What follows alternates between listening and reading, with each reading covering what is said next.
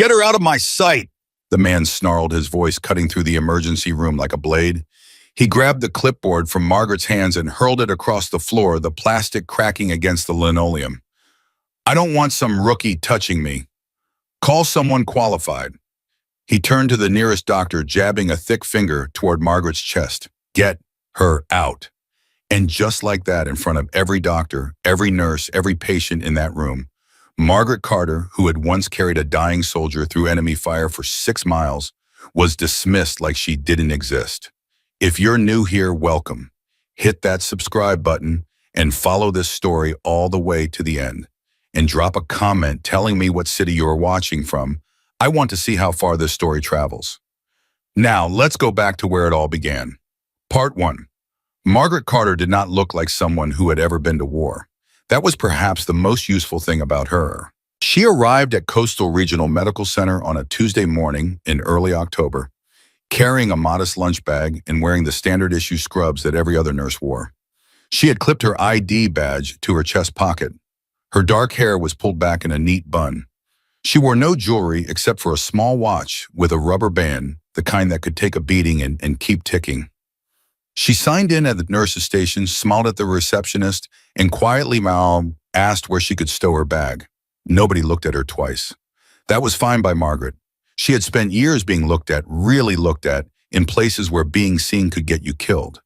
She had learned to move through spaces without occupying them. She had learned to watch without being watched.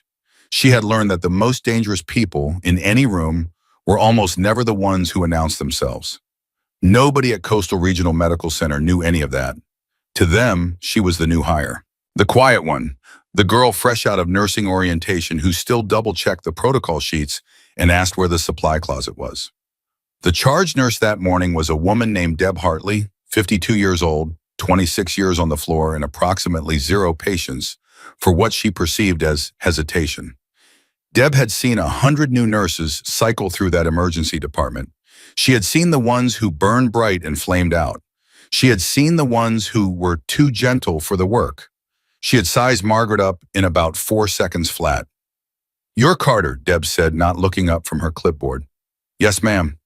"Don't call me ma'am, this isn't the military." Margaret said nothing to that. Deb finally looked up.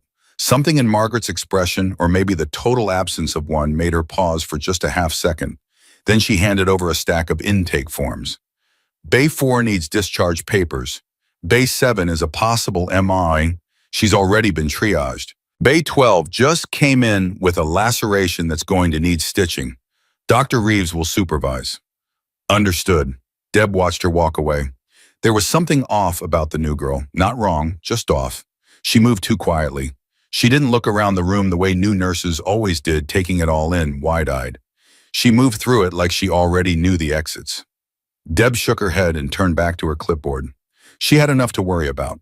Margaret spent the first 2 hours of her shift doing exactly what she was told. She completed the discharge paperwork. She checked in on the possible heart attack patient, a 68-year-old retired school teacher named Vivian, who was frightened and trying very hard not to show it. Margaret sat with her for a few minutes longer than was strictly required. "Am I going to be okay?" Vivian asked. "The doctor is reviewing your EKG right now," Margaret said. "You're in the right place." It wasn't a false promise. Margaret didn't do false promises. But something in the steadiness of her voice seemed to settle the older woman, because Vivian leaned back against her pillow and exhaled. "You remind me of my daughter," Vivian said. "She's got that same I don't know. Calm." Margaret smiled. "Get some rest." By mid-morning, the ER was doing what ERs always do, building pressure. 3 ambulances in 40 minutes, a teenager with a broken wrist from a skateboarding accident, a man in his 60s with chest pain that turned out to be severe acid reflux, a woman who had fainted at the grocery store and hit her head on the way down.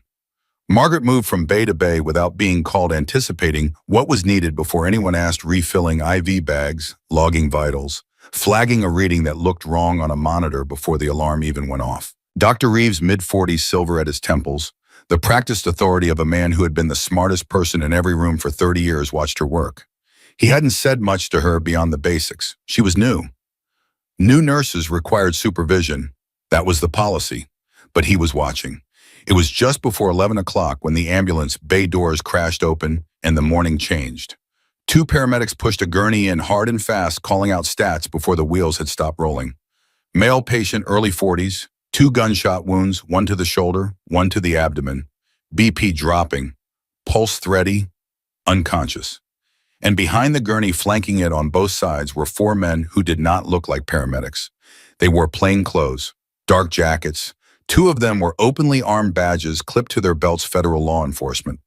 The other two wore the unmistakable posture of men who were used to being the most dangerous thing in any room. One of them, tall, thick-necked, with close-cropped gray hair, and the kind of eyes that moved constantly and never rested, stepped forward immediately and got in Dr. Reeves's face. "This man is a federal prisoner," he said. His voice was low but carried the full weight of someone who expected to be obeyed. "He's in our custody. Nobody touches him without my say-so." "You got that?" Dr. Reeves straightened. "Sir, this man is in critical condition. We need to begin treatment immediately." "I heard you. I'm saying you get my authorization first on everything." "That's not how a trauma bay works." The tall man, he hadn't given his name, smiled. It didn't reach his eyes. "Today it is." Margaret was at the periphery of the room completing a chart entry.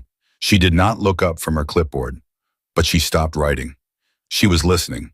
She noted the four men's positions. She noted that two were by the door and two were moving closer to the gurney. She noted the way the tall man held his shoulders, not law enforcement loose but military tight. Former, she thought, special operations probably. The way he'd taken the room in 3 seconds without appearing to move his eyes at all. She knew that trick. She'd used it herself. She went back to writing. Dr. Reeves and the tall man continued their standoff for another 10 seconds, which is a long time when a man is bleeding internally on a gurney, before Reeves finally nodded tight and furious and the team moved. Margaret was assigned to support on the trauma. She rolled her tray to the gurney's left side, checking the patient's IV line, running a quick visual assessment, color breathing pattern, the slight blue tinge beginning at his fingertips. The tall man moved to stand at the head of the gurney, arms crossed. He looked at Margaret for the first time. "Who are you?" he said. "Nurse Carter. I'm assisting on this trauma." "How long have you been a nurse?" She met his eyes. "Long enough." Something flickered in his expression. He looked her up and down, not in any personal way, but the way a soldier scans a perimeter. Assessment. Categorization. Then he turned away, apparently deciding she wasn't worth further consideration. Dr. Reeves called for a chest X-ray, and the room shifted into controlled urgency. Margaret worked steadily beside the more senior nurse on the case, a man named Terrence, 12 years in the ER. Good hands, good instincts. They didn't talk much. They didn't need to. The patient's name, she eventually gathered from the intake paperwork, was Victor Ruiz. He had been in federal custody for a little over 3 weeks awaiting trial. The nature of his charges weren't spelled out on the form, but the level of security surrounding him told its own story. The tall man's name she heard one of the other agents use was Hargrove, Special Agent Hargrove. He watched every move made in that trauma bay with the focus of someone who had been tasked with making sure Victor Ruiz did not die, but also Margaret suspected with a secondary agenda she couldn't quite read yet. The surgery team was called. The patient was stabilized enough to move to the OR. Hargrove followed the gurney to the elevator. The two armed agents stayed behind in the ER, positioning themselves near the waiting area. The tension in the room dropped about 20%. Deb appeared at Margaret's elbow. "Hell of a morning." "Yes," Margaret agreed. "Feds always make everything harder." Deb exhaled. "You did good in there, by the way." Reeves noticed. Margaret nodded once and moved on to her next patient. It was 35 minutes later. 35 minutes of relative calm in which Margaret had completed 3 more patient assessments, eaten exactly 4 bites of the sandwich from her lunch bag, and mentally noted the shift change schedule for the security desk at the ER entrance, that the second ambulance came in. This time it wasn't a patient. This time it was a problem. The back doors of the ambulance opened in the ambulance bay, and 2 men stepped out wearing EMT jackets. They pushed an empty gurney. One of them held a radio. Neither of them had called ahead. Margaret was at the nurse's station 8 feet from the ambulance bay window. She saw them. She noted the empty gurney. She noted the radio, the wrong model for any EMT service she'd ever seen. She noted that neither of them walked with the particular kind of fatigue that real paramedics carry in their shoulders after a long shift. She set her pen down very slowly. She looked at Deb, who was talking on the phone with her back turned. She looked at the two federal agents still stationed near the waiting area. They hadn't noticed the ambulance. She looked back at the two men pushing the empty gurney. One of them caught her looking and held her gaze for exactly 1 second. Then his eyes moved away. Her heart rate did not change. She picked her pen back up and wrote something on the intake form she'd been working on. Then she walked no faster, no slower than usual to the supply closet near Base 6. She pulled out her phone. She thought for 3 seconds about who to call. The two federal agents were her fastest option, but she didn't know how clean they were. She didn't know how much Hargrove's operation had been compromised, or from which direction the threat was coming. Calling 911 would bring a response in 6 to 8 minutes minimum, an eternity in an active situation. She thought about what she'd do if this were a forward operating base. She thought about the layout of the ER, the positions of every person she'd cataloged over the last 3 hours without trying to, just because that's what her brain did. She sent a text to a number she hadn't used in 14 months. 3 words. Then she put her phone in her pocket. She walked back to the nurse's station. "Deb," she said quietly, "I need you to do something for me right now, and I need you to trust me." Deb pulled the phone from her ear, frowning. "What?" "Start moving patients from bays 1 through 5 toward the back corridor. Tell them it's a routine procedure check. Don't use the word emergency."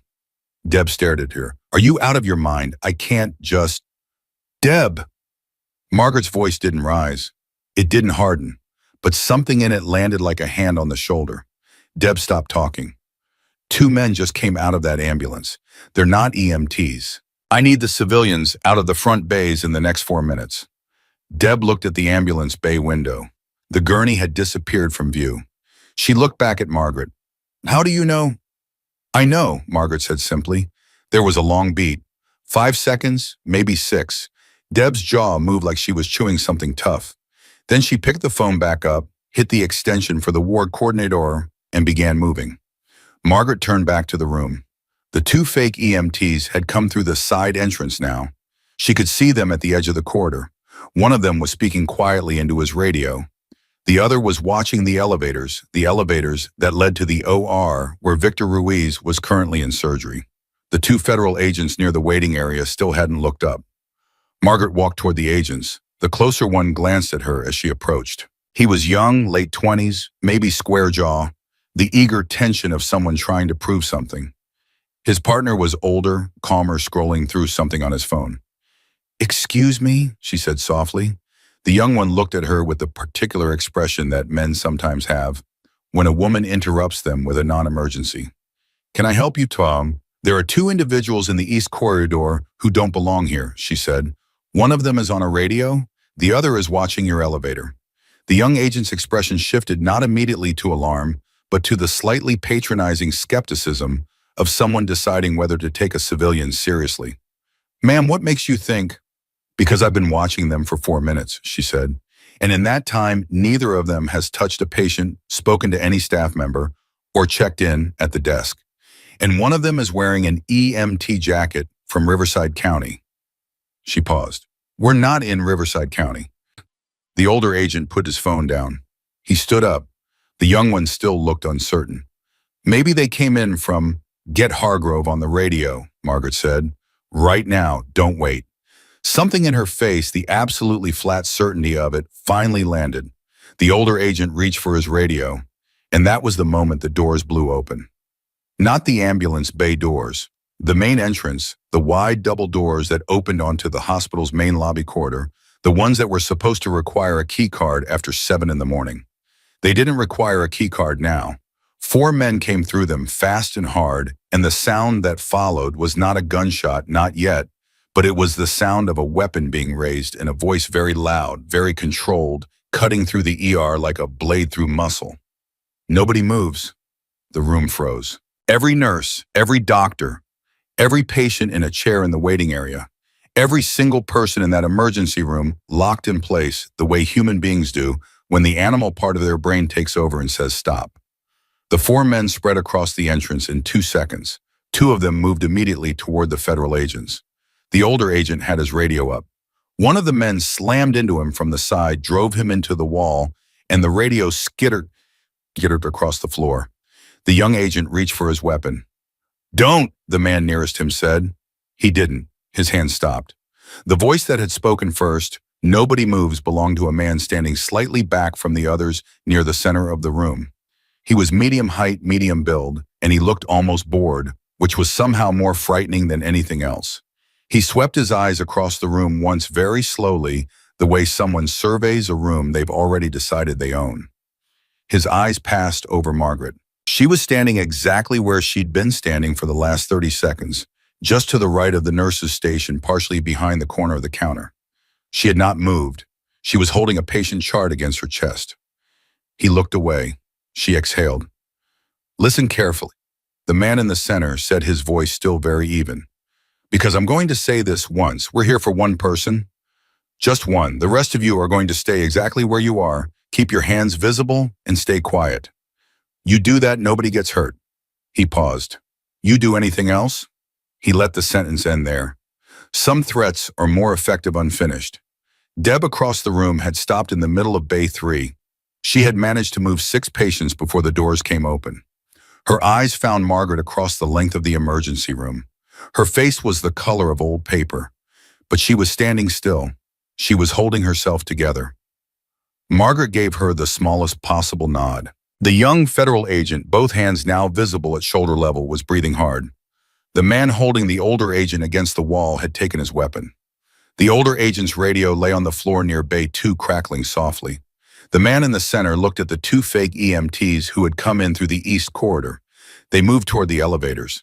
The plan was already in motion. Whatever was going to happen upstairs in the OR, where Victor Reese was on the table, it was already started. Margaret looked at the clock on the wall above Bay 4. She looked at the distance between herself and the man nearest the nurse's station. She looked at the fire extinguisher bracketed to the wall 6 feet to her left. She thought calmly and methodically, the way she had been trained to think under fire in conditions far worse than this one. She thought about the text she had sent. She thought about how long it would take. She thought about what she could do in the time between now and then. She made a decision. She set the patient chart down on the counter, very slowly. She smoothed the edge of it flat against the surface with one hand. Then she turned and she walked steadily, unhurried, toward Base 7, where the cardiac monitor was still running on a patient who had been evacuated 10 minutes ago and was now beeping softly into an empty room. Nobody stopped her. Nobody thought she was worth stopping. That was always how it started. The man she'd mentally tagged as the leader watched the room. He was good, she could see that. His men were positioned well, covering the main vectors of the room, communicating with short looks in head movements rather than words. This was practiced. This was coordinated. It was also about to go sideways. Because the one thing they hadn't planned for, the one variable they hadn't accounted for in whatever intelligence they'd built this operation on, was that the quiet nurse who had been ignored all morning was not in fact a nurse. Or rather, she was a nurse now, but she had been a great many other things first. Inside Base 7, with the curtain half drawn and the cardiac monitor beeping steadily, Margaret Carter reached under the crash cart. Her hands were absolutely still. Her breathing was exactly the same rhythm it had been all morning. She thought about the 6 patients Deb had moved. She thought about the 2 patients still in the far bays who hadn't been reached in time. She thought about Vivian, the retired school teacher who had been moved to a room upstairs an hour ago and was almost certainly safe. She thought about Terrence, who was probably in Bay 9 and trying to figure out what to do. She thought about Dr. Reeves, who was brilliant at medicine and had almost certainly never been in a situation that required anything other than medicine. She thought about Hargrove upstairs, who was about to have a very bad day, whether he knew it yet or not. Then she stopped thinking and started working.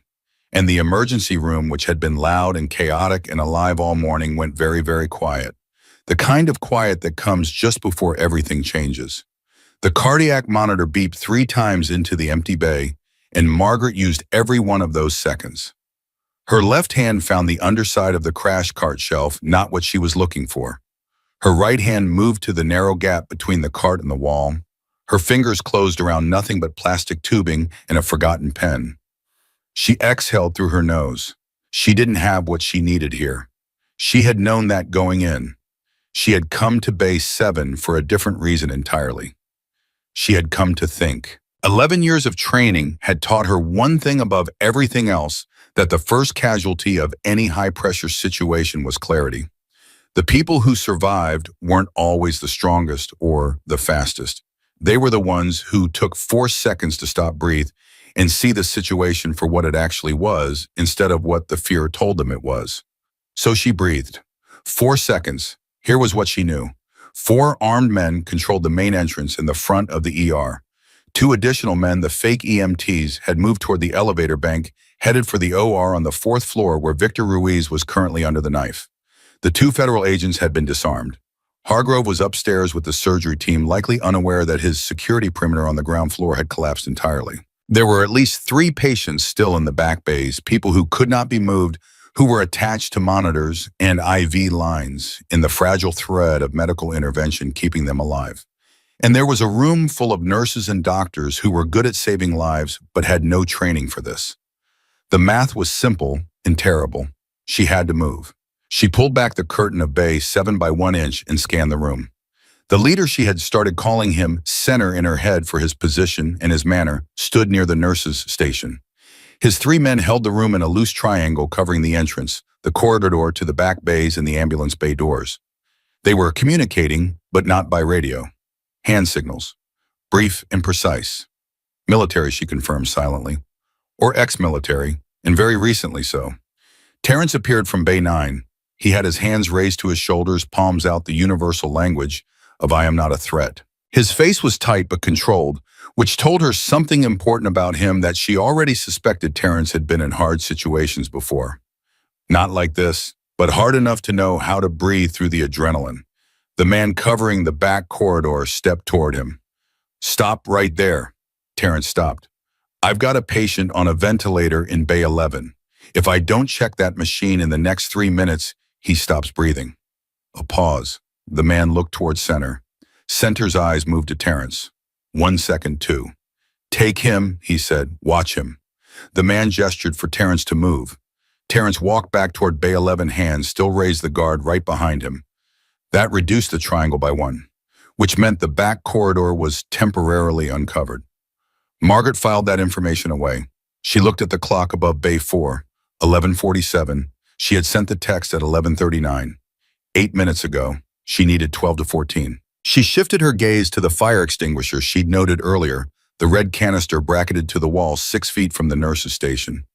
22 pounds of pressurized CO2, which in enclosed spaces created 2 useful things: a wall of obscuring mist and a sudden jarring blast of sound and cold that the human nervous system instinctively recoiled from.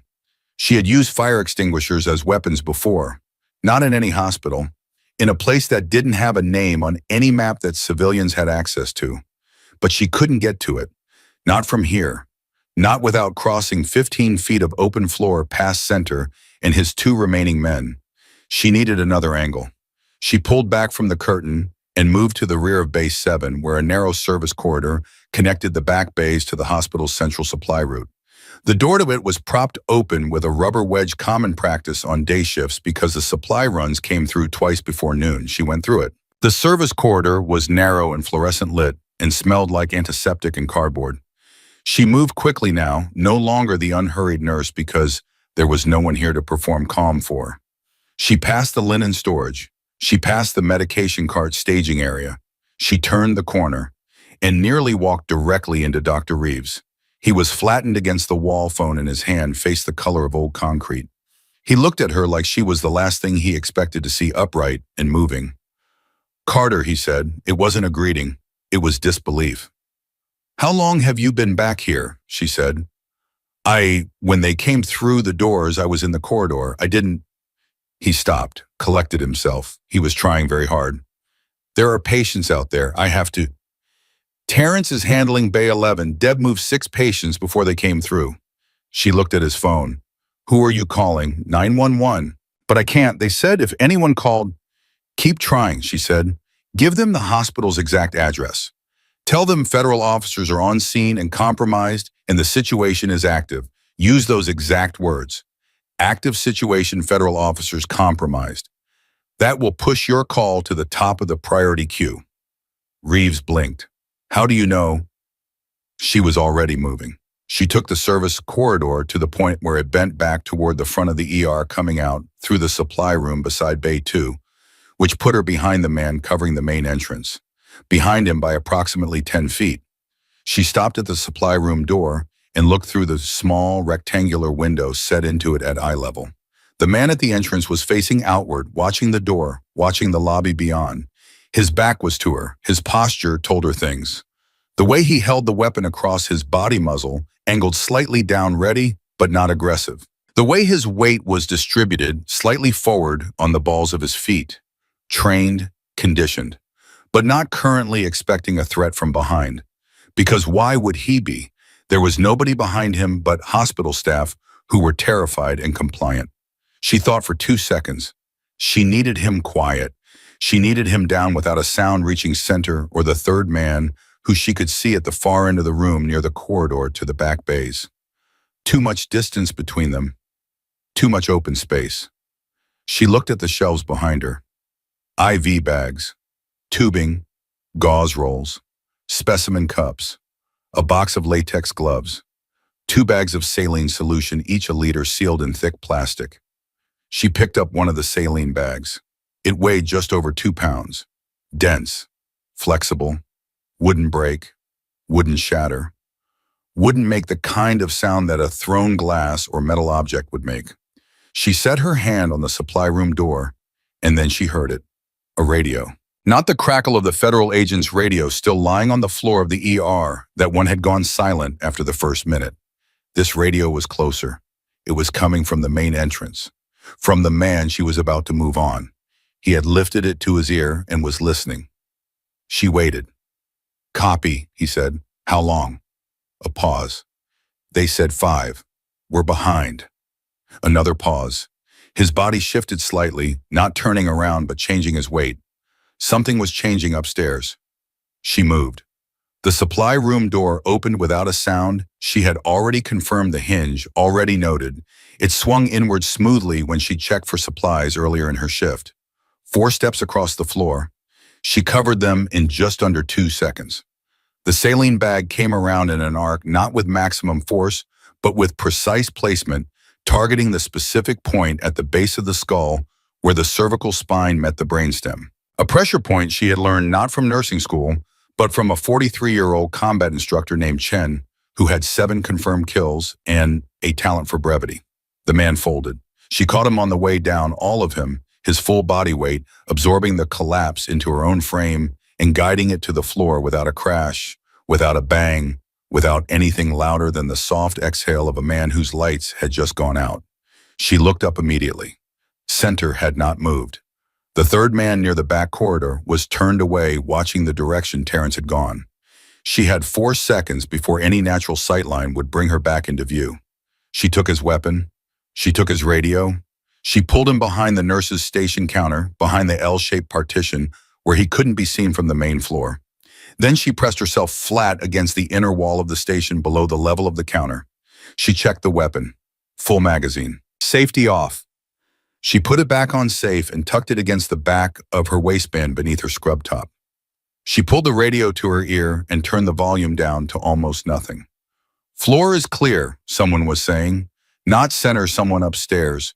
One of the fake EMTs. "We're 2 minutes from the OR. Hargrove is inside. He's not responding to calls." Center's voice came through, flat, certain. "Give it 1 more minute. We need the window." Margaret shut her eyes for exactly 1 second. Hargrove was already inside the OR, sealed environment. No radio communication. The fake EMTs were 2 minutes away from reaching him, or more accurately from reaching Victor, Ruiz, and Hargrove didn't know they were coming. The calculation had just changed. She looked at the clock, 11:51. She lifted herself just high enough to see the floor. Center was still near the nurse's station, close. Too close for her to move without being seen. The third man was still turned away. She needed a diversion, something that pulled Center away from his position without alerting his people upstairs. She looked at the nurse's station, at the rows of monitors, at the call board above the desk where patient bay indicators lit up when a nurse was needed. She knew the system. She'd been working it all morning. She reached up slowly, fingers finding the keyboard of the nearest workstation, by feel below the sight line of the counter. She navigated without looking. 12 years of muscle memory, not from nursing, but from a different kind of equipment in a different kind of room, let her hands find what they needed. She pulled up the patient alert system. She selected Bay 9. She triggered a code yellow, the alert for a patient in distress, which sent a signal to the intercom speakers in the ceiling above Bay 9. The intercom beeped. Once. Twice. A soft but insistent tone. Staff to Bay 9. Staff to Bay 9. Center turned his head. The third man turned around. And Deb, who was still in Bay 3, who had been standing like a statue for the last 10 minutes trying to hold herself together. Deb's head came up and her body moved automatically, 26 years of conditioning overriding everything else.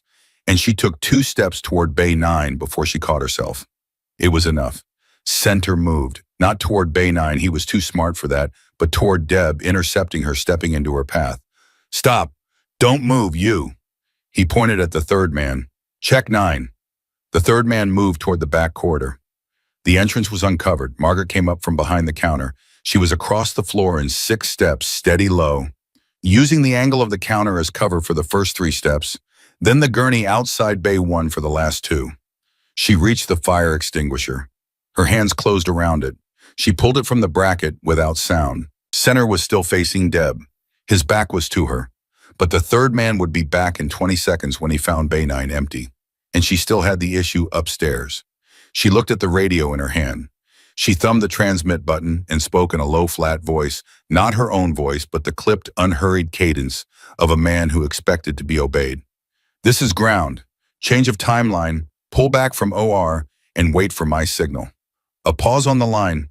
2 seconds. 3. Copy that, said the voice upstairs. Waiting. She released the transmit button. Center turned around. He looked at the empty nurse's station. He looked at the entrance where his man was no longer standing. His eyes moved across the room with the fast, professional sweep of someone whose alarm system had just tripped without making a sound. He looked at Margaret. She was standing in the open 6 feet from him, holding a fire extinguisher with both hands. They looked at each other for exactly 1 second. And in that second, she saw him do the math, the same math she had been running all morning. He looked at her hands. He looked at her face. He looked at the scrubs, the ID badge, the rubber-banded watch. He almost smiled. You called that in, he said. The code. Yes, she said. And my man at the entrance. He's fine. He'll have a headache. Center shifted his weight just slightly. You're going to want to put that down. I'm going to want to do a lot of things, she said. Something changed in his face then. Not fear, she gave him credit for that, but recognition. The particular recognition of one trained person seeing another trained person across a room and understanding suddenly and completely that the situation they thought they were running has become something else entirely. Who are you, he said. His voice was different now, lower, without the performance. She didn't answer that. She pulled the pin on the fire extinguisher. He moved first, and he was fast. Genuinely fast, the kind of fast that doesn't come from a gym, but from real-world situations where not being fast enough had a permanent consequence. He closed the distance between them in 2 steps, reaching for the canister. She let him get close. That was the mistake people always made with her. They thought because she was lean and quiet and soft-spoken, that close contact worked in their favor. She discharged the extinguisher directly into his face at a range of 18 inches.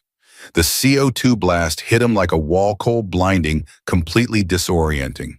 He recoiled instinctively, the way any human being does when something hits their face at pressure, the body's wiring overriding the brain's training, for just long enough. Just long enough. She drove her elbow up and into the nerve cluster below his right shoulder, the brachial plexus, the specific junction of nerves that, when struck correctly, caused the entire arm to go briefly and completely offline. His weapon hand dropped. She took the weapon from it. He recovered faster than most, she would think about that later, with something approaching respect, and came back at her with his left hand reaching for her collar. She stepped into the grab, redirected the force of it, and used his own momentum to put him face first into the nurse's station counter. He hit the counter hard. He slid to the floor. He was not unconscious. He was trying to get up. But the combination of the CO2 blast still burning his eyes and the impact had bought her the seconds she needed. She turned. The third man was coming back from Bay 9 at a run. He had heard the noise. She had the extinguisher. She had two weapons and no desire to use either of them if she could help it. The sound of a gunshot in an enclosed hospital space would create a panic that could get patients killed. He came in fast. She waited for him to commit to his direction a half second, the specific moment when his body weight was all going forward and couldn't be recalled, and then she sidestepped and hooked his forward leg, and he went down hard on the linoleum and stayed down, the breath knocked out of him completely, the specific windless silence of a man whose diaphragm had seized. She put a knee on his back. She looked up at the room. Deb was standing in Bay 3 with both hands over her mouth. A doctor, Margaret didn't know by name, was frozen in the doorway of Bay 6 holding a stethoscope. Several patients in the waiting area had made themselves as small as possible in their chairs, some of them gripping each other's arms. The ER was completely silent except for the quick ongoing beep of the intercom. "Deb," Margaret said, her voice was even. Her breathing was even. "Call the front desk. Tell them to lock the main lobby entrance and route all incoming staff through the east door. Do it now." Deb's hands came down from her mouth. She nodded once short and fast and moved to the nearest phone. Margaret looked at the radio. She had bought herself a window upstairs. But a window wasn't a solution. The two fake EMTs were waiting for a signal that she had delayed, not stopped. They were still in the building. They were still between the elevator and the OR. And Hargrove still didn't know any of this. She stood up. She looked at the clock. 11:54. She picked up the radio. She picked up the weapon she'd taken from center, checked it one more time, and put it in her right hand low and angled down. She walked to the elevator. She was thinking about the OR layout on the fourth floor, and she had glanced at the floor plan on her first day, the way she glanced at all floor plans without appearing to study them. She was thinking about the two men upstairs who were well-trained and waiting and didn't know yet that the ground floor of their operation had just been dismantled by a woman in nursing scrubs. She was also thinking about one other thing, the text she had sent at 11:39. 3 words. Nobody had responded. That could mean any number of things. Most of them were fine. One of them was not. She pressed the elevator button. The doors opened. She stepped in. The doors closed behind her and the elevator began to rise, and Margaret Carter, former Lioness operative, current trauma nurse, and the last thing 4 trained men had ever expected to deal with, this morning stood in the humming silence of the elevator car and thought with perfect clarity about the next 4 minutes. She thought about the men upstairs. She thought about Victor Ruiz on the operating table. She thought about Hargrove, who had told her to get out of his sight and had called her unqualified, and who was now, whether he knew it or not, completely dependent on her. The elevator passed the second floor. It passed the third. She raised the weapon. The doors opened on 4. The fourth floor corridor was quiet in the way that hospitals are quiet in the middle of the day, not silent, but reduced to the low mechanical hum of equipment and the distant sound of PA announcements from other wings. Margaret stepped out of the elevator with the weapon low at her right side, barrel angled toward the floor, her left hand loose and ready. 11:55. She had bought herself a window upstairs when she'd used Center's radio to delay the 2 fake EMTs, but windows closed, and she had no way of knowing how long it had been since their patients had run out. She moved down the corridor toward the OR wing. She knew the layout from memory, not from any detailed study, but from the quick, comprehensive scan she had done on her first day when the orientation nurse had walked her through the hospital's floor plan on a laminated sheet. Most people look at floor plans the way they look at safety cards on airplanes. Margaret looked at them the way a chess player looks at a board. The OR wing was behind a set of double doors that required a key card. She didn't have a fourth floor key card.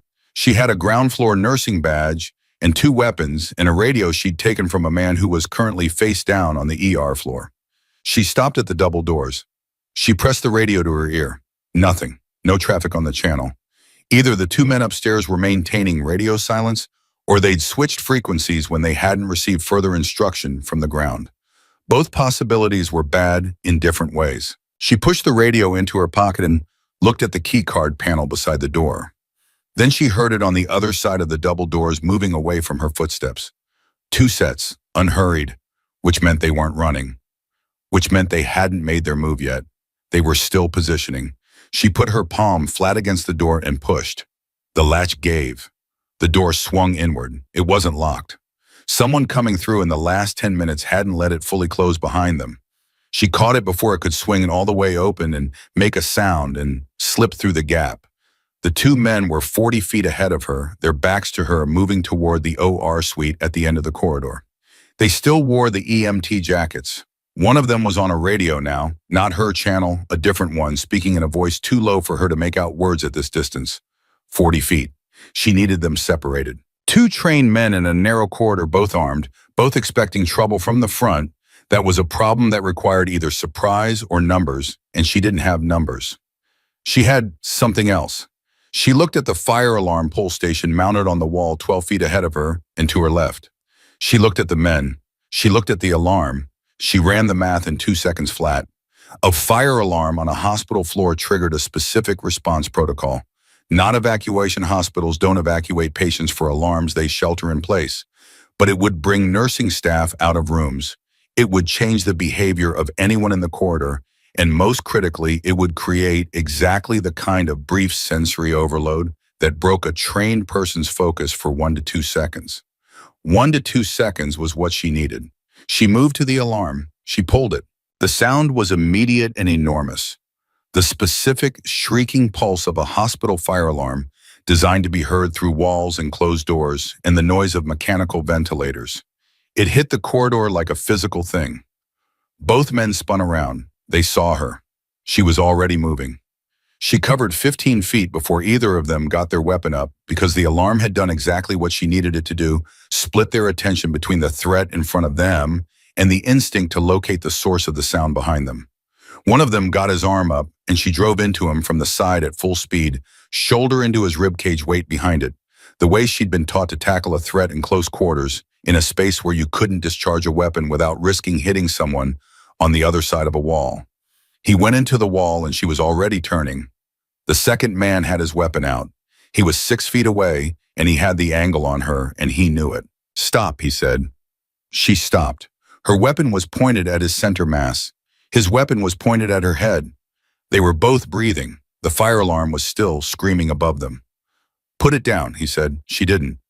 "You're a nurse," he said, not quite a question. He was looking at her scrubs, her badge, her face. He was trying to figure out what he was looking at, and the fact that he was talking instead of shooting told her something important about what kind of man he was. He wasn't the kind who pulled the trigger without being certain. That was good. That was something she could work with. "I was," she said. "I'm a lot of other things too." He glanced at his partner, who was on the floor against the wall trying to get air back into his lungs. One arm pressed to his side, possibly a cracked rib. Not a neutralized threat, he was already reaching for his own weapon, but bought down long enough. "This ends one of two ways," Margaret said. Her voice was the same voice she'd used all morning. Flat, even, no performance. "You walk away from this floor and you don't come back. Or I put you down the same way I put your partner down. You can't take both of us." "I've taken worse odds than this," she said, "and I didn't have a hospital full of patients I was trying to protect. So think about what I'm willing to do." Something shifted in his face. It was the word patience, the specific weight of it. Because whatever these men had been told about this job, whatever their briefing had, included the sight of a woman in nursing scrubs holding a weapon in a hospital corridor and talking about patients with that particular flatness. That was not what they had planned for. That was not in the intelligence report. He had 1 second of doubt. She took it. She stepped into his line of fire, the one move that looks like insanity and is actually the opposite, because at that range, stepping into the line of fire eliminates the angle, and she brought her left hand up and trapped his gun. Hand at the wrist and turned it, the specific torque that forces a joint to choose between releasing the weapon and breaking. He released it. She caught it. 2 weapons now, his on the floor, her original weapon at her side, his wrist in her left hand. Behind her, the first man was up. She heard him getting up. She didn't turn around. "Tell him to stop," she said to the man in front of her. A beat. 2 beats. "Marco," he said. His voice was tight. "Don't." The sound behind her stopped. The fire alarm cut out. Hospital protocol, someone at the nurse's station had confirmed it was a false alarm and canceled the signal. The sudden silence was enormous. She looked at the man in front of her. She looked at Marco, still on the floor, one arm braced against the wall. Your operation is done, she said. Your team on the ground floor has been neutralized. Your boss is zip-tied to the nurses' station. That last part wasn't entirely true. She hadn't actually zip-tied anyone she'd left center on the floor, but it landed the way she needed it to. Whatever you were paid for this job, it wasn't well enough. 12 o'clock. She heard the elevator at the end of the corridor open. She turned her head, just her head, not her body, and looked. Hargrove came through the elevator at a controlled jog, radio in hand, 2 additional federal agents behind him. He must have gotten the call from the ground floor. Someone had reached him. He saw the 2 men in EMT jackets. He saw Margaret. He slowed to a stop 10 feet away. He looked at the weapon in her hand. He looked at the man she had disarmed. He looked at Marco against the wall. He looked at the 2 weapons she was holding. He looked at her face. It was the second time today that someone had looked at Margaret Carter and had to completely rebuild what they thought they were seeing. But Hargrove's version of it was different because Hargrove was former special operations himself, and he knew what he was looking at. He just couldn't reconcile it with the nursing badge clipped to her chest. I'm done, Hargrove, she said. She held both weapons out, handles toward him. These gentlemen were trying to reach your OR. You might want to take it from here. Hargrove stared at her. The 2 agents behind him moved forward and took custody of the 2 men without a word. Hargrove looked at the weapon she was still holding, her own, the one she'd taken from Center's man at the nurse's station entrance. She held that one out too. He took it. He turned it over. He looked at the safety catch, on and correctly set. He looked at her. Who are you? He said. His voice was completely different from the one he'd used this morning. The authority was still there, but the contempt was gone. Nurse Carter, she said. I work the ER. She turned and walked back toward the elevator. Carter. His voice stopped her. She turned around. He was still holding the weapon. He was looking at her with an expression that she had seen before on the faces of men in positions of power who had just discovered they were wrong about something, not the embarrassment of it, but the specific recalibration. The update. The ground floor, he said. How many were there? Are 6 total, she said. 4 at the entrance plus your 2 here. The leader is down. One of your agents may need a hand. The older one took a hit when they came in. Hargrove's jaw moved. The team that came in this morning. How long did you... I flagged them before they came through the doors, she said. A long silence. Long enough that one of the agents behind Hargrove shifted his weight and looked away, the specific discomfort of witnessing someone be genuinely humbled. Hargrove nodded, once, short. Thank you. She pressed the elevator button. Carter, his voice again. She waited. Who did you serve with? The elevator doors opened. She stepped inside. She didn't answer. The doors closed. 12:03. She rode the elevator back down to the ground floor, and the doors opened to the ER, which was not the same ER she had left 9 minutes ago. There were police officers, 4 that she could see, with more moving through the lobby beyond the entrance, and someone had finally gotten the federal agents properly back on their feet. The younger one was on his radio. The older one was sitting on a gurney with a cloth pressed to a cut above his ear, looking like a man who was going to be very angry about this for a long time. Center was still on the floor behind the nurse's station. He had gotten one arm under himself and was sitting up his back against the counter. His eyes were red and streaming from the CO2 blast. He was breathing through his nose with the controlled effort of a man keeping himself from doing something he'd regret. He looked up when Margaret stepped off the elevator. She looked down at him. You want to know the worst part, he said. His voice was rough. She waited. I had a full briefing on every person working this ER today. Names, photos, backgrounds, everything. He exhaled slowly. Your name was on the list. Margaret Carter. New hire, no priors. Clean record. Nothing. I know, she said. That's a very clean file for someone who hits like that. She didn't respond to that either. A police officer was moving toward her. She straightened up and turned to face him, hands visible. And that was when Deb appeared. Deb, who had been at the phone near Bay 3 when Margaret left, and who was now walking toward her with the expression of someone who has seen something they cannot explain and needs to stand close to it to make sure it was real. She stopped in front of Margaret and looked at her for a long moment. You sent me to move those patients, Deb said. Before any of this started, you already knew. I suspected, Margaret said. How long before? About 4 minutes. Deb pressed her lips together. She looked at the police officer who had reached them and was now asking for Margaret's name, and she looked back at Margaret, and something in her face shifted from stunned to something that was almost not quite but almost the beginning of understanding. Who are you? Deb said. Not the way Center had said it or Hargrove had said it. Deb said it the way a woman says it when she realizes she has been working beside someone for an entire morning and has not seen them at all. I'm the new nurse, Margaret said. The police officer cleared his throat. Margaret turned to him and answered his questions calmly and completely in the precise sequential order that made it easiest for him to write everything down. She gave names where she had them, descriptions where she didn't, and locations of every individual he had physically engaged, along with a summary of their current condition. She told him about the text she had sent at 11:39. She told him about the radio. She told him about the fire alarm on the fourth floor and why she'd pulled it. The officer wrote very fast and stopped twice to look at her.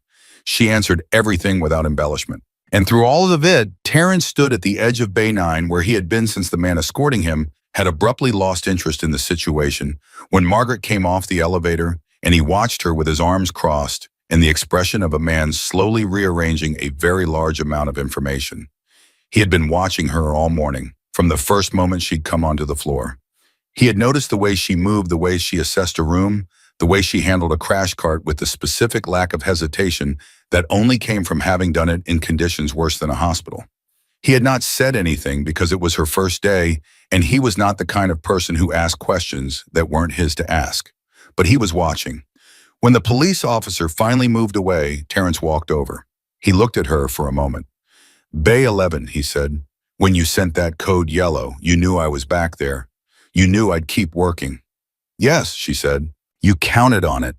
Yes, he nodded slowly. I've been a nurse for 12 years, he said. I've worked with a lot of people. I've worked with good people, and I've worked with people who were good at appearing to be good people. He paused. I can usually tell the difference. Margaret waited. I couldn't tell with you, he said. All morning, I couldn't read you. He looked at the ER, at the police officers at Center, still on the floor being cuffed, at Deb on the phone, with what sounded like the hospital administrator's office. Now I know why. She didn't say anything. There wasn't anything to say. Vivian asked about you, he said, the woman from Base 7, before she was moved upstairs. She said the new nurse had kind eyes. Something shifted in Margaret's chest. She had not expected that. She kept her face still, but it hit her somewhere unexpected, the way small, true things sometimes do. After large, violent things, they find the gap. Is she okay? Margaret said. Mild arrhythmia. She'll be fine. Terrence looked at her. You should go check on her when this settles down a little. She nodded. 12:17. The ER was slowly, carefully coming back to life around her. The police had cleared the scene well enough that Deb was already talking about bringing patients back to the front bays. A trauma counselor had been called for the staff. Someone had brought out a cart with coffee and water that nobody was really drinking. The sounds of the department phone's monitors, the distant ping of an elevator, had returned from whatever suspended distance they'd retreated to when the doors blew open. Margaret stood in the middle of it and felt the specific weight of the aftermath settle into her bones. She had been in aftermaths before. She knew the shape of them, the way the adrenaline left your system, and everything got heavier and louder and more real all at once. The way small details became suddenly very clear. The particular sound of the older federal agent's voice as he talked into his radio. The way one of the patients in the waiting area, an older man with a bandaged hand, was sitting with his arm around a younger woman who was probably his daughter, holding her the way you hold someone when you've both been frightened and you need the contact to confirm you're both still there. She saw all of it. She was always going to see all of it. That was not something that turned off. The elevator opened behind her and Hargrove walked out. He crossed the ER floor without looking at anyone else, moving with the direct, purposeful stride of a man going somewhere specific. He stopped in front of Margaret. He held out her nursing badge. She looked at it. She had lost it somewhere in the elevator the clip had given when she'd taken the hit on the fourth floor. She took it. I owe you an apology, Hargrove said. This morning, what I said to you. She looked at him. He was not a man who apologized easily. She could see that. It cost him something to say it, and he was saying it anyway, which elevated him in her estimation by exactly the amount she'd lowered him earlier. You were protecting your principal, she said. You didn't know me. I was rude, he said flatly. That's not the same thing as being cautious. She put the badge back on her chest. Apology accepted. He looked at her for a long moment. I pulled your file while I was upstairs, he said, before I came down. She went still. Your nursing file, he said. He held her gaze. That's all that exists. Clean record, good references, certification current, nothing else. He paused. Nothing. That's correct, she said. There should be something else, he said, for someone who does what you just did. The room was noisy around them, two police officers talking loudly near the entrance, Deb on the phone, the monitor in Bay 3 still pinging softly. Maybe there isn't, she said. Hargrove looked at her for 3 more seconds. Then he nodded, not the short professional nod from upstairs, but a different kind, slower, a nod that meant something he wasn't going to put into words. He walked away. Margaret turned back to the room, and for just a moment, just one, she let herself feel the full weight of the morning. Not the adrenaline, not the calculation, not the forward motion of one decision leading to the next, but the weight of what it had been. People in chairs gripping each other's arms, Deb with her hands over her mouth, Terrence in Bay 9 alone with a ventilator patient and a man standing over him with a weapon doing his job anyway because someone he barely knew had looked him in the eye and counted on him. Vivian asking about the new nurse with the kind eyes. She exhaled. She picked up a clipboard from the nurse's station. She looked at the board. Bay 4 needed a discharge update. Bay 7 needed to be reset for the next patient. Bay 12 had a laceration still waiting on a suture kit. She started walking toward Bay 12. Deb looked up from the phone and watched her go. This woman she had worked beside all morning without seeing this person who had told her to move patients without explaining why, and had been this quiet nurse who had apparently walked into a gunfight with a fire extinguisher and come back to finish her paperwork. Deb opened her mouth. She closed it. She went back to the phone. Behind the nurse's station, zip-tied now, and waiting for transport center, watched Margaret walk across the emergency room floor with the same steady, unhurried movement she'd had all morning. He watched her stop at Bay 12, pull back the curtain, say something to the patient inside, and pick up the chart from the hook on the wall. He watched her go to work. And in spite of everything, in spite of the CO2 blast still burning his eyes and the ache spreading through his shoulder, and the complete and total collapse of an operation that had taken 3 weeks to plan, he felt something close to what he might have called, under different circumstances, admiration. The rookie nurse who had saved a hospital. 1221. In Bay 12, a 19-year-old with a 6-centimeter laceration on his forearm from a broken window at his part-time job looked up at Margaret and said, "Is everything okay? I heard. I wasn't sure if I should stay or—" "You're in the right place," she said. She opened the suture kit. She got to work. The 19-year-old's name was Danny. He had dark eyes and the kind of nervous energy that comes from being young and having just sat through something terrifying without fully understanding what it was. He watched Margaret's hands as she worked the way people do when they're trying to anchor themselves to something normal. "You're really calm," he said. "Part of the job," she said. Were you out there when those guys came in?" She tied off the third suture. "I was." "Were you scared?" She paused for just a half second, not from hesitation. She was thinking about the honest answer. "There wasn't time to be scared," she said finally. Danny looked at her hands again, at the steadiness of them, the precision. "I want to be like that someday," he said. "That calm." She glanced up at him briefly. "You sat in a bay by yourself for 45 minutes during an active situation," she said. "You didn't run? You didn't panic? That's its own kind of calm." He blinked. He hadn't thought of it that way. She finished the suture, dressed the wound, and gave him the aftercare instructions without reading them from a sheet. She had memorized them on day 1. She wrote his discharge notes, signed her name at the bottom, and pulled back the curtain. 12:31. The ER had changed shape again. There were more police now, plain clothes as well as uniformed, which told her the federal side of things had activated a wider response. A woman in a dark suit and an earpiece was talking to Hargrove near the ambulance bay doors. Two forensic technicians were photographing the nurses' station, the entrance, the floor near Bay 1 where Margaret had taken down the first man.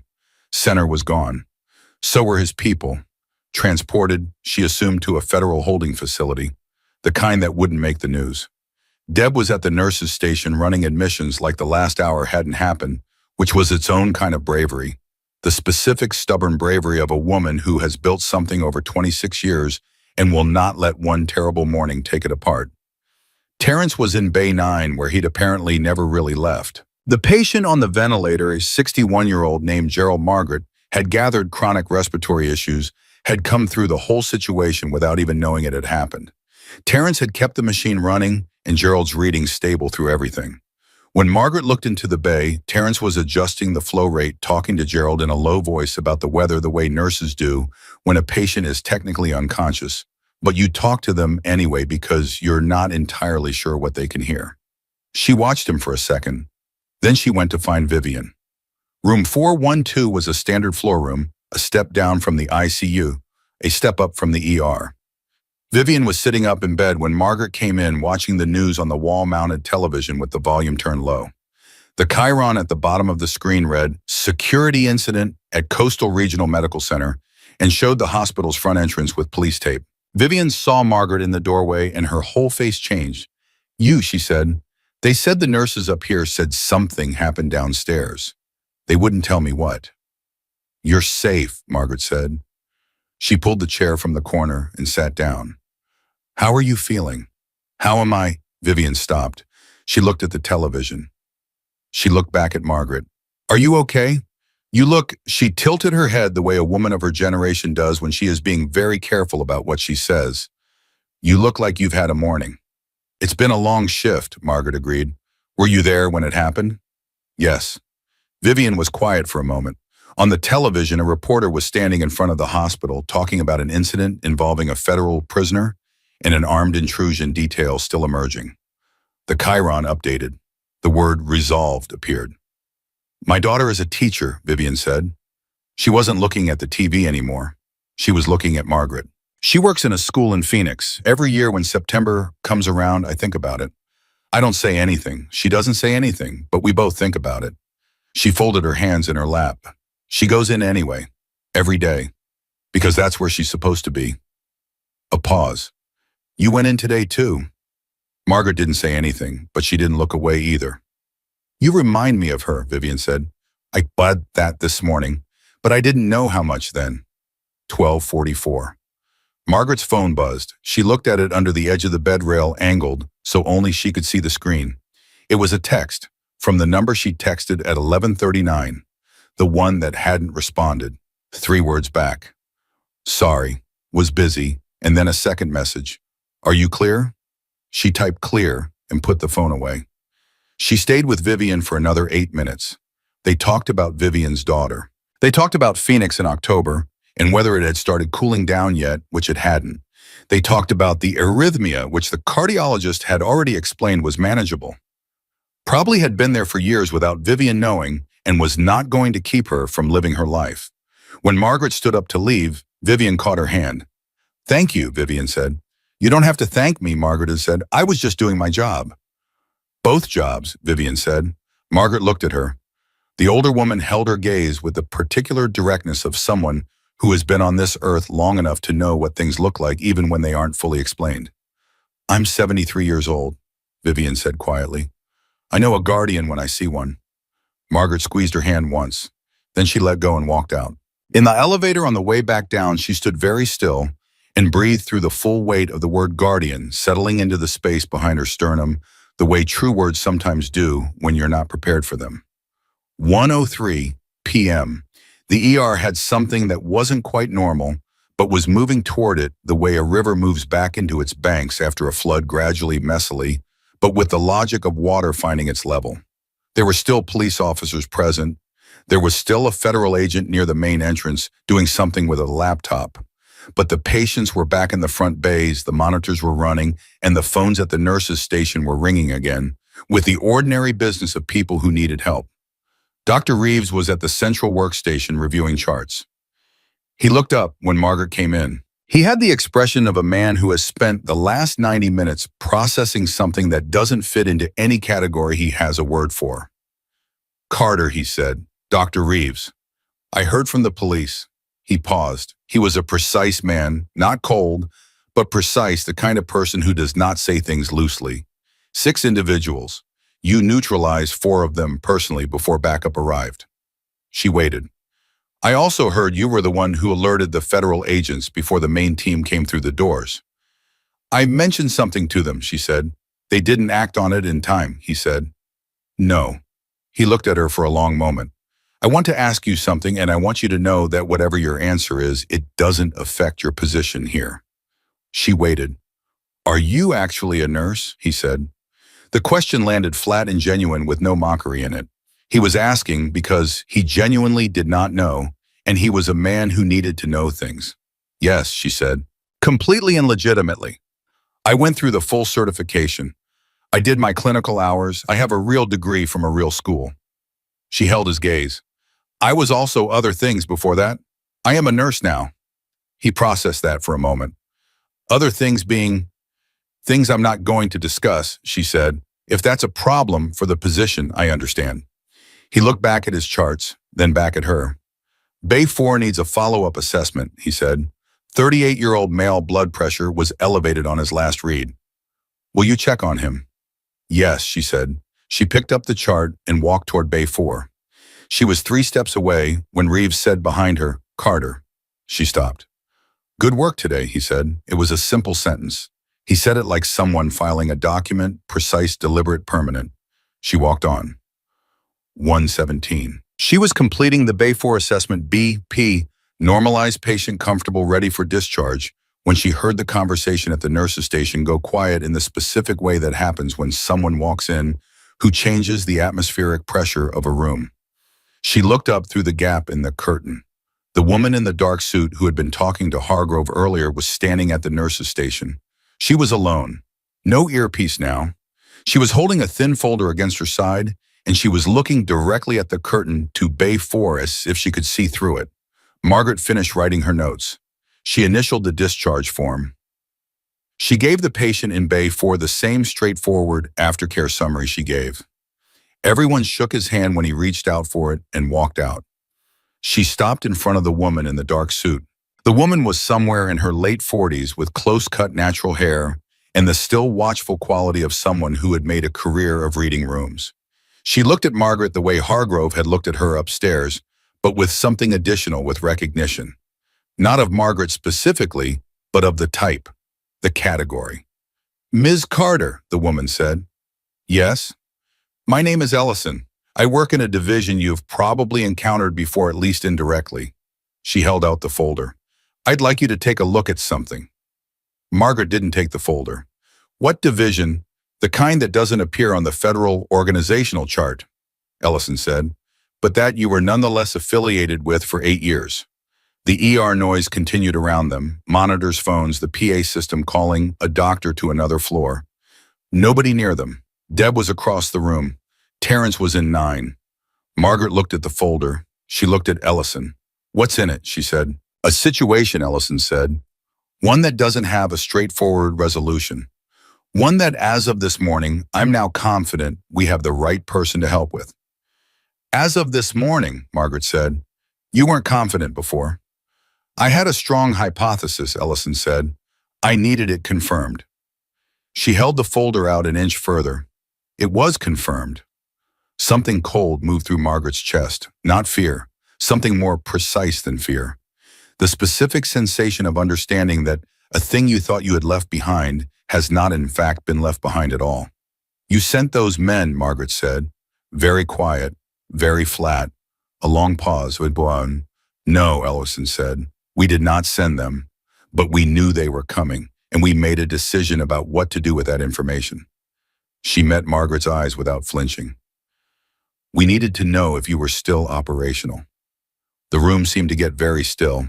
The monitor in Bay 3 beeped. A phone rang at the nurse's station. You put this hospital at risk, Margaret said. We assessed the risk, Ellison said. We assessed your capabilities against that risk. We made a judgment. People could have died. People could have died regardless, Ellison said. What changed was who was in the building when it happened. Margaret looked at her for a long time. She was running things in her head, the timing of events, the text she'd sent at 11:39, and the late response to the woman who had been on scene with Hargrove within 12 minutes of the incident, which was fast, very fast, too fast for a response that wasn't already positioned nearby. You were already here, Margaret said, before it started. Ellison didn't answer. That was its own answer. The text I sent, Margaret said. The number. Goes to a server we monitor, Ellison said, passively. We weren't running you. We were watching. There's a difference. Was there? Ms. Carter, Ellison said. Her voice changed, not softer, but more direct, the specific directness of someone setting aside a frame and speaking plainly.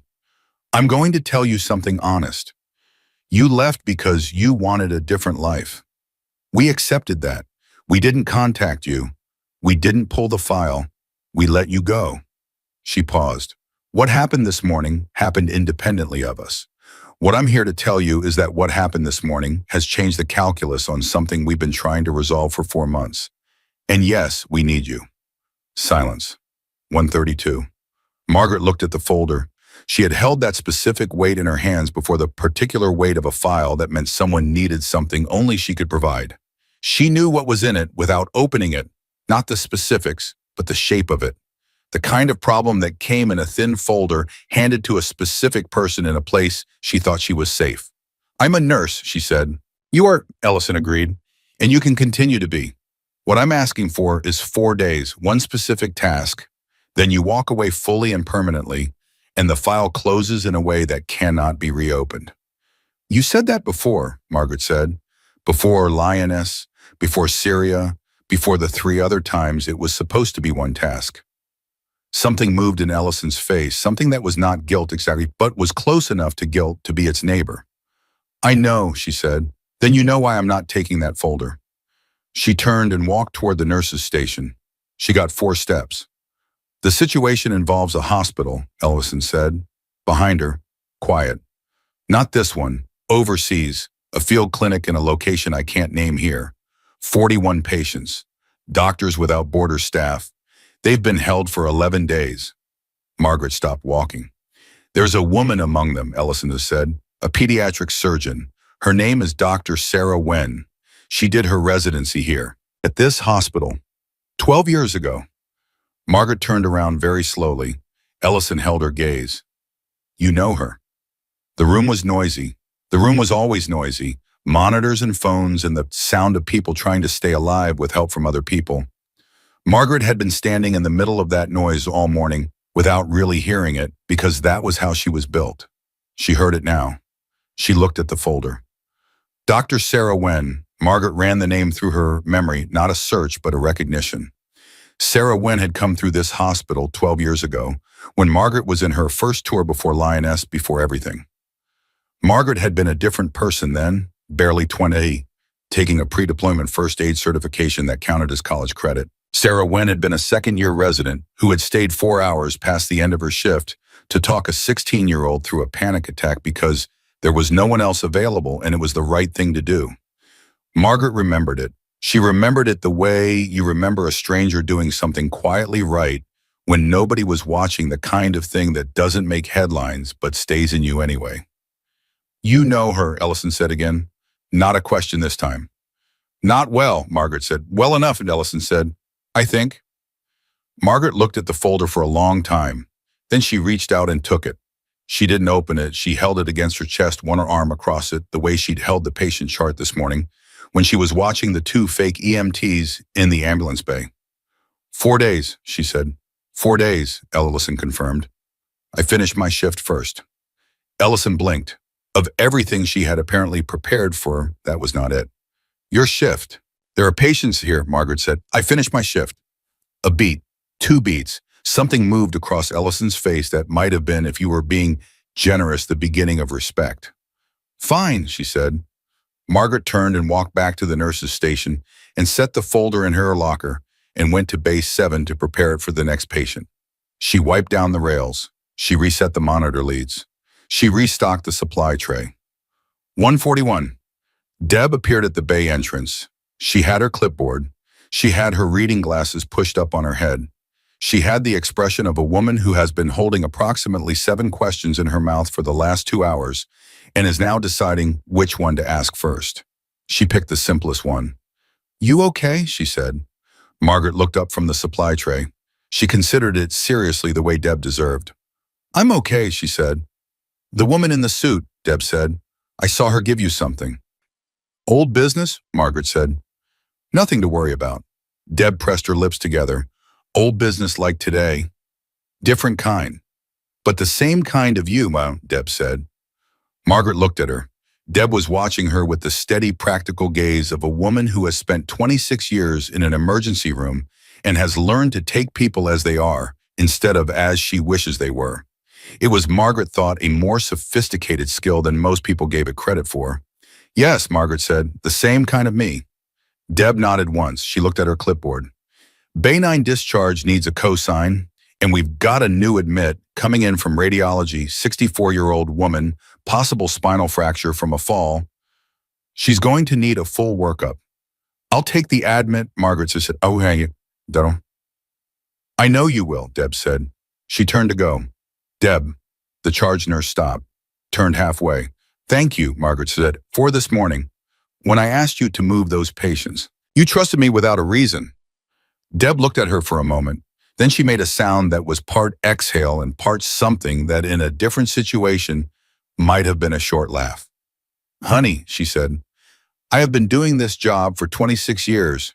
In that time, I have learned exactly one thing about human beings." She paused. "Some people you just know," she said. "I knew." She walked away. Margaret stood in Bay 7 for one more second.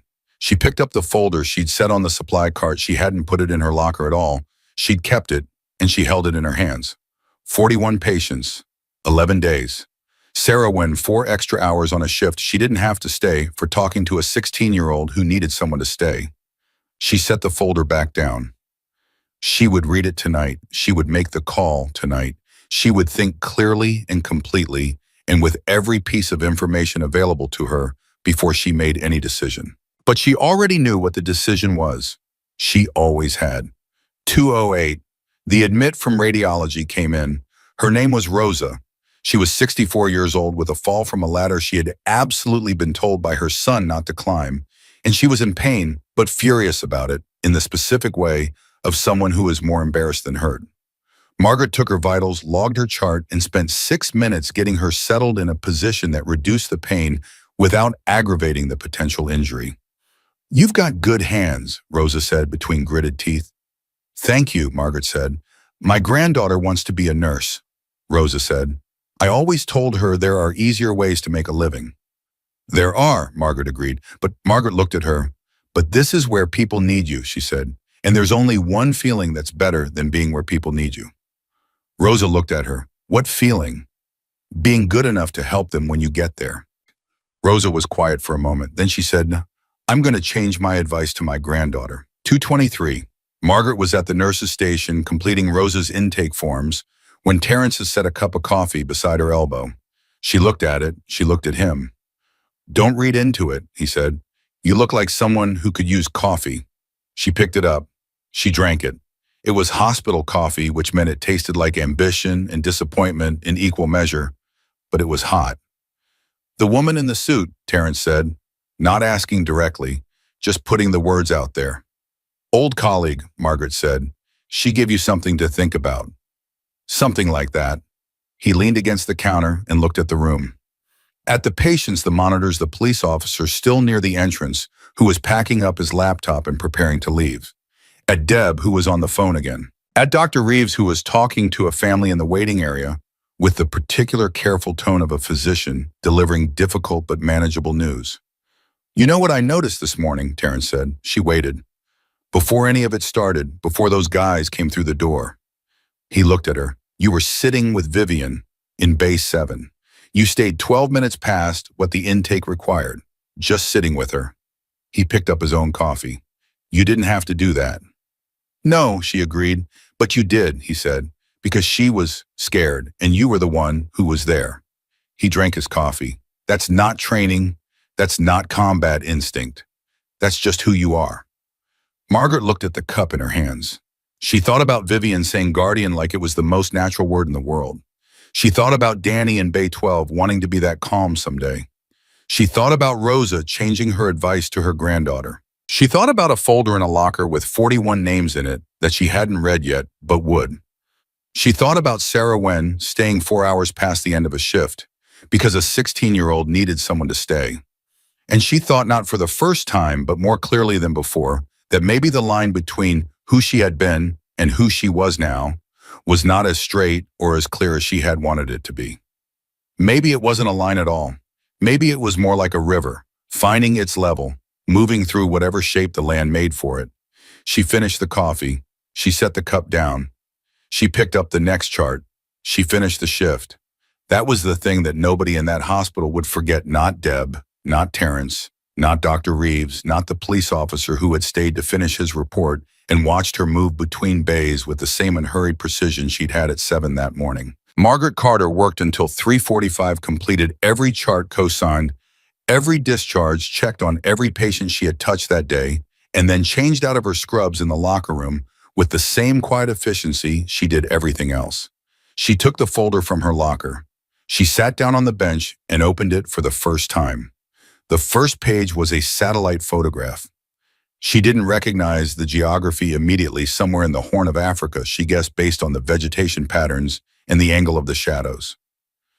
There was a cluster of structures that had clearly been a functioning clinic until recently. The photograph was dated 11 days ago. The second page was a personnel list, 41 names, nationalities spanning 9 countries, ages ranging from 26 to 61. She found Sarah Wen on the third line from the top.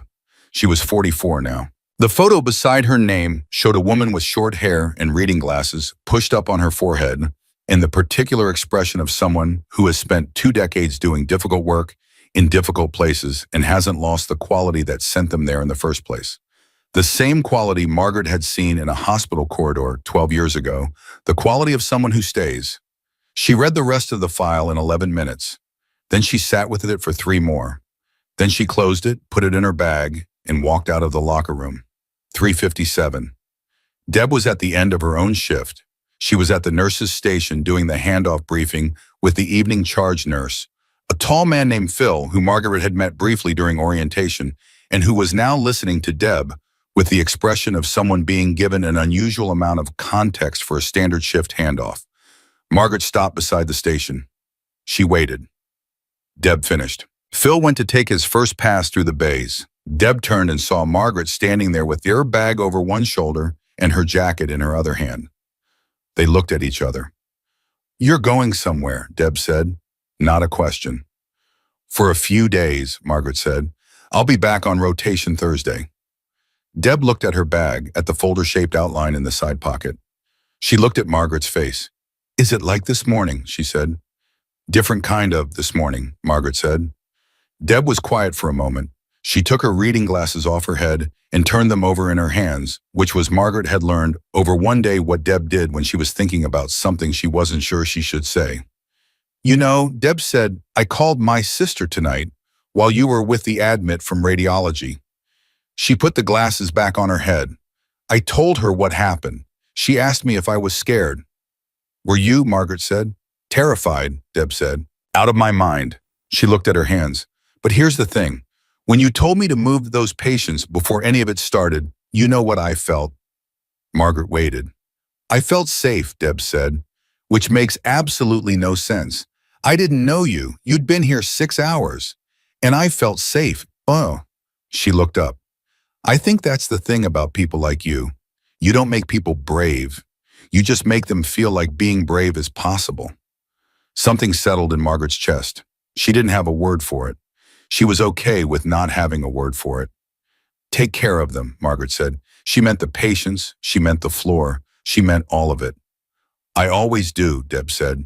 "You go take care of yours." 4:12. Ellison was waiting in the parking structure on the second level, leaning against a black SUV that was running without its lights on. She straightened when she saw Margaret coming. "You read it," Ellison said. "Yes." "And," Margaret stopped in front of her, "I have conditions." Name them.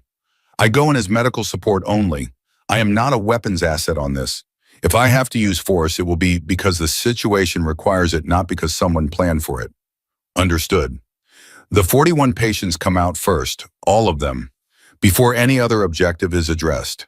If there's a conflict between the extraction and something else on your list, I don't care what else is on your list.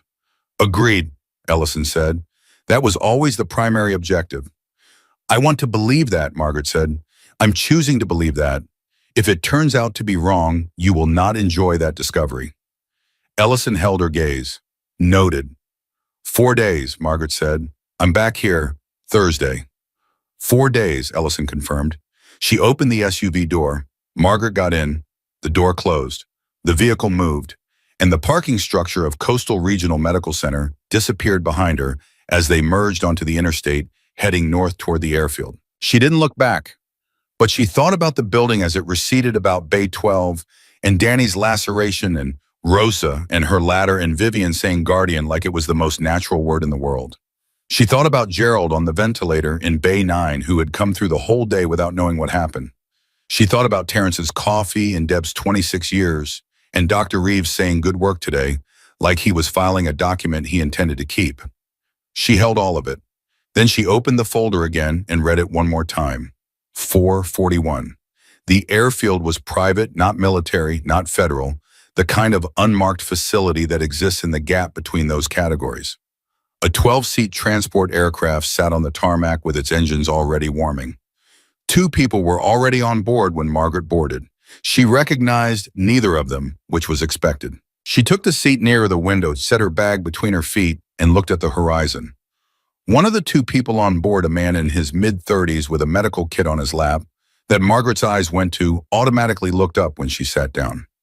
He looked at her the way people in this kind of work always looked at each other for the first time, the assessment, the categorization, the attempt to read training and capability from posture and equipment and the specific quality of someone's stillness. He looked for about 4 seconds. Then he said, "You're Carter." "Yes." "I've heard of you," he said. She looked at him. "What did you hear?" He thought about it. "That you're the person you want in the room when the plan stops working." She turned back to the window. "Every plan stops working," she said. "Yeah," he said. "That's kind of the point." The aircraft began to taxi. She didn't sleep. She didn't try to. She reviewed the folder one more time, the structural layout of the compound from the satellite photograph, the personnel distribution, the timeline of communications that had gone silent 11 days ago. She built the picture in her head the way she'd been building pictures since she was 22 years old, in a forward operating base that didn't have a name. 5 hours and 40 minutes in the air, then a refueling stop, then 3 more hours. She used the time the way she always used time, efficiently and without waste. She ate the packaged food from the galley without tasting it. She did the inventory on the medical kit she'd been handed at the airfield. She talked to the man with the medical kit. His name was Cross. He was a former Army medic, 2 tours in Afghanistan, currently freelance. And she learned his capabilities and his limits without asking directly, the way you learn those things in the field. The second person on board was a woman named Yusuf. Despite the name, she was from Minneapolis, former intelligence analyst, and she was the one who had the most recent ground-level information. They talked for 40 minutes. Margaret asked questions. Yusuf answered them precisely and without editorializing, which Margaret appreciated. The compound held between 12 and 15 armed individuals. The 41 hostages were being held in 2 groups, medical staff in one building, patients in another. The separation had been tactical, harder to coordinate a breakout when your principals are split. The group holding them had a specific demand they had communicated once and not repeated, which Yusuf said was a bad sign. Groups that repeat their demands want a resolution. Groups that go quiet want something else. "What do they want?" Margaret said. "Victor Ruiz," Yusuf said. Margaret looked at her. "The prisoner from your hospital this morning," Yusuf said. "The attack on your ER was the first move. She nodded at the folder. "This is the leverage. They assumed the first move would succeed. It didn't." She held Margaret's gaze. "You're the reason it didn't." The aircraft hummed. "Which means," Margaret said, working through it, "they don't know yet that this morning failed." Of 6 hours ago, no, Yusuf said. Communication blackout on their end. They go silent every 12 hours. The next window opens in approximately 4 hours. When they learned the ER operation failed, Margaret said. The calculus changes, Yusuf said. Yes. 4 hours. Margaret closed the folder. She was quiet for a moment, looking at nothing. How long has Ellison been planning this extraction? She said. Yusuf paused, just slightly. 6 days, she said. She came to me today, Margaret said. Not 6 days ago. Today. Yusuf looked at her clipboard. She needed confirmation, Margaret said. That's what she said. She needed to confirm I was still operational. She looked at Yusuf.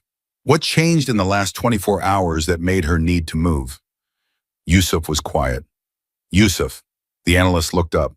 One of the hostages is showing symptoms of acute appendicitis, she said. Onset approximately 18 hours ago, without surgical intervention. How long? Margaret said. The field veteran who got a message out said he thought 12 to 24 hours before it perforates. That was 8 hours ago. Margaret sat with that for exactly 2 seconds. Which hostage? She said. Yusuf looked at the folder. When? She said. Dr. Sarah Wen. The aircraft noise filled the silence between them. Margaret had known Sarah Wen for 6 hours of one day 12 years ago. She had not thought about her in more than a decade. And yet something in her chest did something physical, and specific and undeniable when she heard the name, the way the body sometimes knows things before the mind has finished processing them. She picked up the folder. She found the compound layout. She looked at the distance between the building holding medical staff and the building holding patients. She looked at the positions of the armed individuals as of the last satellite pass. She started building a new plan. 14 minutes later, she said, cross. He looked up from his kit. You've done emergency appendectomies in the field, she said. It wasn't a question. She'd gathered it from the conversation earlier. Twice, he said. Once in a FOB with actual equipment. Once in a ditch with a flashlight and a prayer. How'd they do? Both lived, he said. What do you need? He looked at her. He was understanding the shape of what she was saying. Clean surface light, someone who knows what they're doing to assist the right kit. He tapped his medical bag. I've got most of what I need in here. I'll assist, she said. Cross looked at her for a moment. You've done surgical assist in the film. Among other things, she said. He looked at the folder in her hands. He looked at her face. Okay, he said. Just that. No further questions. 3 hours and 12 minutes later, the aircraft landed. It was dark. There was no terminal, no lights except the ones they brought. A vehicle was waiting, an old Land Cruiser with no markings, a man behind the wheel who nodded once at Yusuf and said nothing else. They drove for 40 minutes on roads that got progressively less road-like. The compound was 3 kilometers from where the vehicle stopped. They went the rest of the way on foot. Margaret carried the medical kit.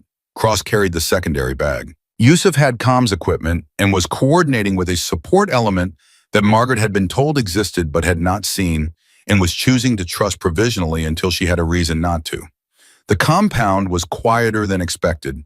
2 visible sentries, fewer than the satellite analysis had suggested, which meant either the numbers had changed or some of the 12 to 15 were inside.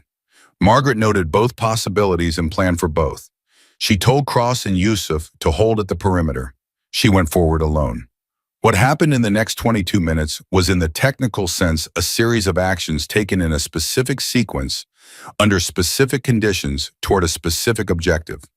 Margaret would write none of it down later. She would describe none of it in the formal debrief that Ellison would request and that she would decline to give. The only record that would ever exist was the outcome. The outcome was this at 2:14 in the morning. Local time, the compound was quiet. The sentries were accounted for. The interior was secured. No shots had been fired. She went to the building holding the medical staff first. The door was heavy, but not locked from the outside. It locked from the inside, which was tactically backward, and told her something about the people who'd set this up. She knocked twice, then once, a long silence. Then a voicemail, frightened English with a French accent. Who is it? Medical support, she said. We're here to get you out. Another silence. Longer. How many of you are there? The voice said. Enough, she said. The door opened. The man in front of her was mid-30s, hollow-eyed with exhaustion, wearing clothes that had not been changed in 11 days. Behind him were 9 other people in various conditions, some standing, some sitting, 2 lying on cots. They all looked at her. She knew the look. She had seen it before in places where people had been held too long, the specific combination of hope and terror, of not fully believing that the thing you hoped for is actually happening. She looked past them. Sarah Wen was on one of the cots. She was conscious. She was pale. She had one arm pressed against her lower right abdomen in the specific self-protective way of someone managing significant pain, and her eyes, when they found Margaret's face, were bright with fever. But they were alert. They found Margaret's face and held it with the focused intensity of a person who is in pain but has not stopped thinking. "You're the extraction team," Sarah said. Her voice was rough. She was assessing Margaret the same way Margaret was assessing her, quickly, completely, without wasted effort. "I'm the nurse," Margaret said. Something moved across Sarah's face. Not humor exactly, but in the neighborhood. They sent a nurse. "They sent the right person," Margaret said. She crossed to the cot and knelt. She did a quick assessment, pupil skin color, the way Sarah held her arm, the location and quality of the pain, when Sarah let her press carefully at the lower right quadrant. Sarah's jaw tightened. She didn't make a sound. "How long?" Margaret said. "Since it started, 20 hours approximately." Sarah's voice was clinical. She was diagnosing herself with the detachment of a surgeon who has separated her professional mind from her physical reality, which was impressive and also told Margaret something important about what kind of person she was dealing with. "Cross," Margaret said over her shoulder. He was already coming through the door with the kit. What followed was not elegant, and it was not comfortable, and it was done by lamplight in a building with a dirt floor by a former combat medic and a former special operations medic working in precise practice concert, while 9 other freed hostages sat quietly because there was nothing else to do, and Yusuf stood at the door with one eye on the compound and one ear on her comms. Margaret had assisted in trauma procedures in conditions far worse than this one. Her hands knew what to do. Her mind knew what to watch for. She tracked Sarah's vitals by feel and by observation, calling out changes to Cross in the low, quiet shorthand of medical professionals working under pressure. Cross was good, genuinely good, the kind of good that doesn't announce itself. It took 41 minutes. When it was done, Sarah was breathing evenly and deeply, the specific relief of a body no longer fighting a losing battle with a rupturing organ. Her color was better. Her fever would take longer. She looked at Margaret over the edge of the blanket Cross had pulled over her. "You've done this before," she said. "Surgery assist, yes." "Not what I meant." Sarah watched her.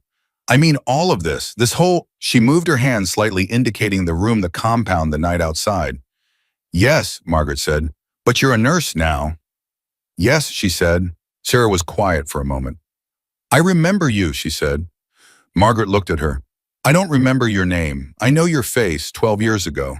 You were here at Coastal Regional, I mean. You were very young. You came through once on I don't remember the context, but I remember thinking—" She paused. She was working against the sedative that was starting to pull her down. "I thought whoever trains that girl is going to build something remarkable." Margaret sat with that. She sat with it the way she sat with Vivian calling her a guardian, and Danny wanting to be that calm, and Rosa changing her advice, and Deb saying, "I just knew." She sat with it the way a person sits with the accumulation of truths that have been handed to them over one very long day when they weren't entirely prepared to receive them. "Rest," she said. "Bossy," Sarah said, but she closed her eyes. The second building the patient is took another 20 minutes to secure and another 30 to coordinate the movement of people who were in various states of medical fragility through a dark compound and 3 kilometers of rough terrain to the vehicle. Cross and Margaret triaged as they moved, making continuous adjustments, making decisions on the fly about who needed to be carried and who could walk and who needed what from the kit. Yusuf coordinated the support element that materialized out of the dark in the form of 3 additional vehicles. At 4:09 in the morning local time, all 41 hostages were in vehicles and moving. Sarah went on a stretcher and the second vehicle reached out and caught Margaret's wrist as she passed. Margaret stopped. "Thank you," Sarah said. "You'd have done the same," Margaret said. Sarah looked at her with eyes that were clearer now than they'd been an hour ago. Yeah, she said. I would have, and I think you know exactly what that means to be the kind of person who would. The vehicle moved. Margaret watched it go. Then she turned and walked to the next vehicle and did the next thing that needed doing. 4 days later, on a Thursday morning in early October, Margaret Carter arrived at Coastal Regional Medical Center carrying a modest lunch bag and wearing the standard issue scrubs that every other nurse wore. She clipped her ID badge to her chest pocket. She pulled her dark hair back in a neat bun. She wore her rubber-banded watch. She signed in at the nurse's station. Deb looked up. She said nothing for a moment. She looked at Margaret the way you look at something you'd half convinced yourself. You dreamed checking the edges of it, making sure it was solid.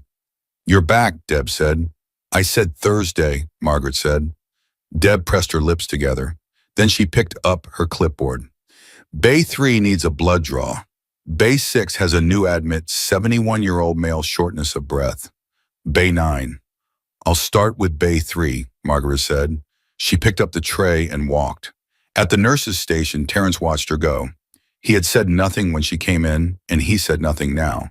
But he looked at her for a moment, the same long, quiet reading look he'd given her that first morning, and then he picked up his own chart and turned back to his work. Dr. Reeves, passing through on morning rounds, saw her in Bay 3 and gave her the same brief professional nod he gave everyone. Then he stopped walking. He turned back. Carter, he said. She looked up from the blood draw. Good to see you back, he said. Simple, deliberate, permanent the way he said everything. She went back to work. The morning built around her phones monitors the PA system, the ordinary urgent human noise of an emergency room that never fully stopped being exactly what it was. People came in frightened and in pain, and she met them where they were and did what needed doing with the steadiness that she had been built for, not by any one thing, not by the military or the training or the wants or the years, but by all of it together, the whole accumulation of everything she had ever been. At 9:47, a text came in from a number she recognized. She read it during the 2 minutes between Bay 6 and Bay 9. It was from Ellison. 4 words. When is out of surgery? Margaret put the phone back in her pocket. She pushed through the curtain into Bay 9, where a 71-year-old man named Arthur was sitting up with his arms crossed and the expression of someone who had been told he needed to stay still and found that deeply unreasonable. He looked at her when she came in. Are you the doctor? He said. I'm the nurse, she said. He sized her up. You look like someone who knows what she's doing. I am, she said. She set the chart on the hook. She picked up the stethoscope. She got to work. And in Bay 9 of the Coastal Regional Medical Center Emergency Department on an ordinary Thursday morning in October, Margaret Carter, nurse medic guardian, and the last thing anyone ever expected to see coming, did exactly what she had always done. She went where she was needed. She stayed. And she was exactly good enough.